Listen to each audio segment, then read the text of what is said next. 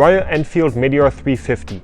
20 horsepower and 27 Newton meters of torque doesn't sound like a lot, but this bike could be the perfect bike for a certain niche of rider. If you want to know if you belong to that niche, stick around. And with that, welcome to the Free Miles MC.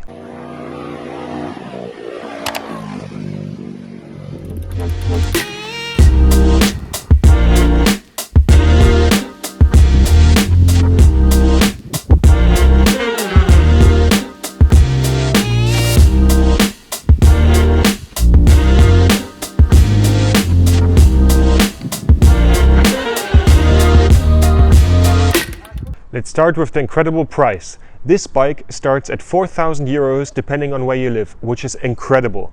Like, you get quite a lot of bike for that money. I've talked to some people who don't ride what they think of this motorcycle visually, and they often think it's like a quite serious motorcycle, like a Harley or something, and would never expect the price point. Of course, the price also leads to this bike having some plastic features, but Royal Enfield manages to hide those plastic features like really well. Like, for example, the front fender is out of plastic and the rear part of the headlight, but the bike mixes this stuff so well with chrome at the right places that it makes a really beautiful look overall. Also, this bike comes in multiple really beautiful color options. This one now is the yellow one. I really like this one, but I have to say also insects like it a lot. Like, whenever I park this bike somewhere, a lot of insects land on it because they somehow are really attracted to the yellow of it. But I really like how they solved the yellow, because usually I don't think yellow is that great of a color on motorcycles. Often it can easily go wrong, and they did it really well here. And I also love how they did it with like the stripe in the rim for the color. Something that I also like about this bike is that it looks big, and also when you sit on it, it feels big. I'm 6'5" and I sit really comfortable on this, and I also like the seat is quite cushy. You can sit for quite a while on it, and I often feel like small displacement motorcycles with not a lot of power often cater more to smaller people, which is kind of a shame for taller individuals like myself, but this one does that really well. Enough talking about the looks that I'm obviously convinced by, so let's get this bike on the road and get some ride impressions. It's the land of the free, home of the brave, but a lot of us in here are still enslaved. We take caution on every single thing that you preach. The big elite got us in a tight grip on a leash. It's freedom of speech, but you wanna take my page down? Is it cause a sister spit that real shit now? Crazy black woman, clown, how you figure? I went to school, came out, and then stacked my figures. I could've been laid up, child support paid up, grabbing mad choppers to your hood to spray it up. My life ain't never ever been a fairy tale, Jack. I think it's time for me to keep it all the way trill. Sit back, relax, there's some things I'm gonna reveal. I grew up in the quick, hot sand, mud trenches, mad rainy days, so you know I kept slipping. Ain't no need for me to cry, cause I'll always be contending. So we now drove out to one of my favorite roads to test bikes on, and I have to say, the 350cc air-cooled engine of this bike feels quite passionate. Of course, it doesn't have a lot of power, but with the way it sounds, like, the sound is amazing.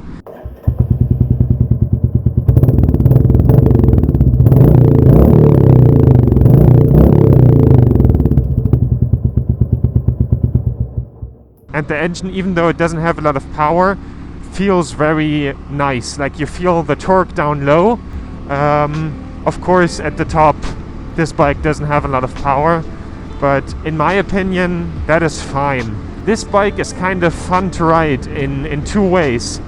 Either you absolutely top out the bike at 120 and just cruise along and go through the curves at that speed, because at 120 going through your average motorcycle track curves is amazing on this bike, because the handling is just really good. Like, this bike flicks amazing from side to side and feels super light. And also, like, if you just, like, you see, like, this is good. Or if you're on a road with less stretched out curves, the bike has enough torque down low to give you a satisfying experience from accelerating from curve to curve and braking. The bike kind of starts to be a bit dead acceleration wise around 90 to then the top speed basically, but everything below that feels satisfying. So this bike definitely doesn't have a lot of power, but at the same time it's not 125. You have a good time. I think something that really works well in the favor of this motorcycle is that it's a cruiser, because you're basically just chilling, and At the same time, this bike is so flickable, like you can absolutely ride slaloms through those things here, and that at like close to 100, and that is so cool. In general, just the whole feeling of the bike fits and works really well. Like with the heel shifter and everything, it feels so much like a big cruiser, and at the same time it's so just nimble, like absolutely amazing. And I love that. It's so good. And how all those sensations come together. The sound, the seating position, the chill vibe of the bike, and then how the engine feels and sounds makes it a good and compelling ride and a fun experience. For example, I was really critical of the Scram 411.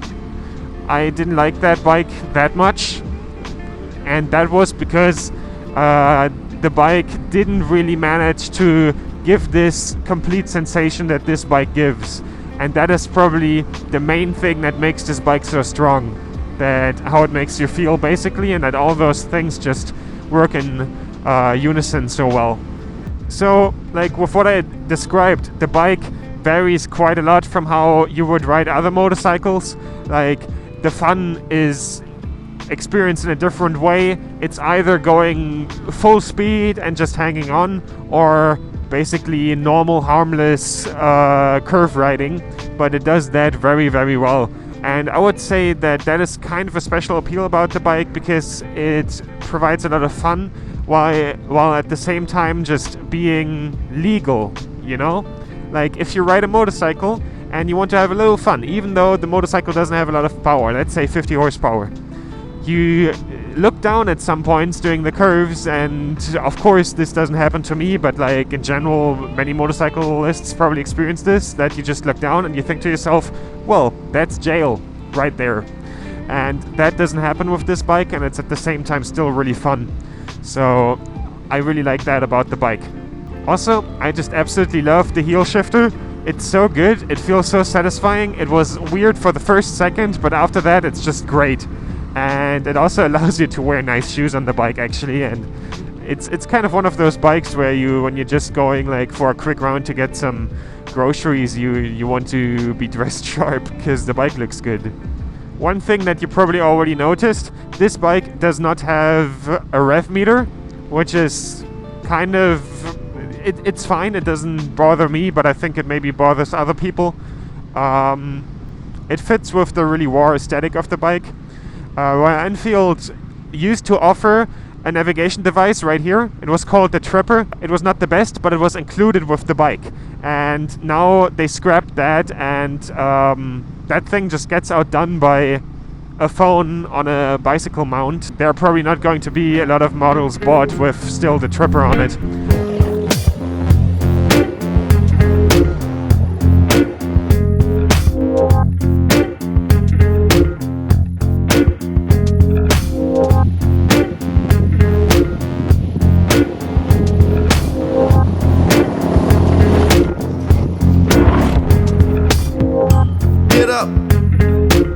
Get up!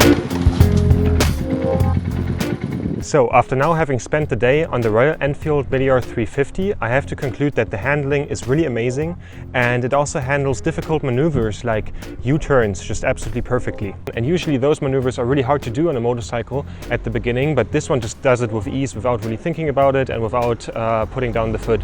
Overall, this bike is very nimble and handles curves very well. Especially switching from side to side on this bike is extremely satisfying, and I caught myself sometimes just doing it on a straight out of boredom. Also, in general, this bike just really shines on a tighter, twisty road, and here, as a beginner, you also learn how to properly handle a motorcycle.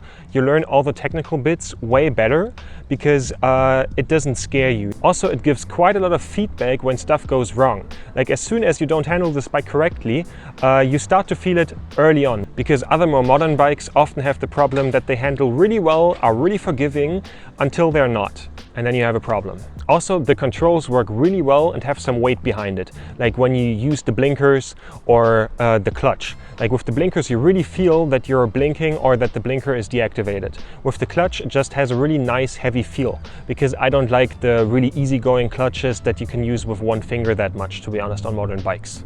The other point of feedback is the speedometer, and you can sometimes have some problems when looking down on it in comprehending it, because it's so pretty and then you have all those different numbers and it can be quite complicated to see sometimes.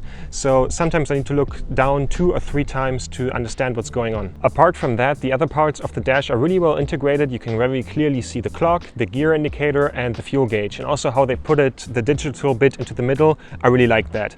Sadly, that part is a little bit buggy.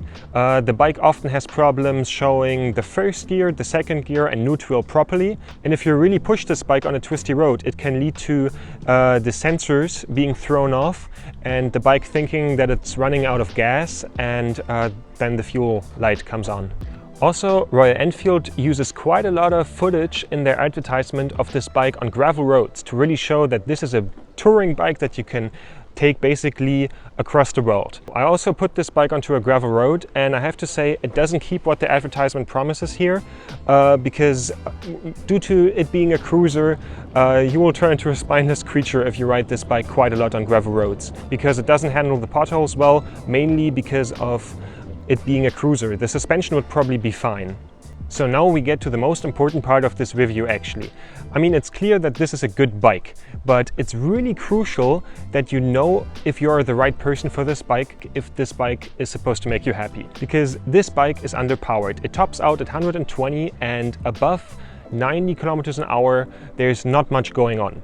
And the appeal of the bike is basically the feeling you get from riding it. It has an amazing sound. The cruiser position really leads to relaxed riding, and at the same time it rides satisfyingly from its handling. Of course, the engine is not the most entertaining, definitely. I would say that this is the right bike for someone who wants to get into riding and wants to experience riding a motorcycle but doesn't care about performance at all, basically. And you could now think that this group doesn't really exist, but I have to say most people that I talk to around my age, that I talk about my motorcycle channel and so on, they are mainly interested in bikes like this. Because it looks cool, it gives you a nice feeling, and that's what a lot of people actually want. So if you're one of those people that basically just wants the perfect feeling for riding a motorcycle, where it's basically just you and your motorcycle, and you want this to relax, then this is a really good bike for you.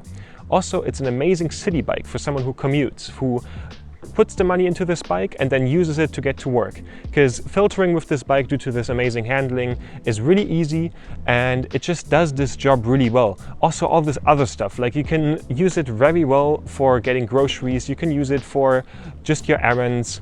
It's amazing for that. But it's really just for this person that normally would not ride a motorcycle that can now buy something like this because of the low price point, and also it basically just offering being a motorcycle like in this really pure way, and it doesn't do more than that. And if that's just what you want with this gorgeous looks that the bike offers, then this is the bike for you. Probably anyone else will not get happy with this bike. Also, a group of people that I could see on this motorcycle are people who are into cross-country touring. But there are some concerns because of the really weak engine. You have a really low high speed. So in some countries, the highway speed limit is higher than 120. In those countries, you are an obstacle to traffic. You don't really realize that much, but it just takes one guy who's on his phone or distracted to just run you over. Me as a German, I probably would not take this bike onto the Autobahn with other cars going 160, 180, and me going there with 120. When it comes to touring, of course, with this body position, you can ride this motorcycle for quite a long time. There are a lot of accessories that you can put on this bike, bags and everything, that can make traveling on this bike way easier, and I think it's really perfect for that too, as long as you don't want to go on gravel roads. So that's it for this video. Please follow and like, and I also have the link to my Patreon down in the description, and see you soon.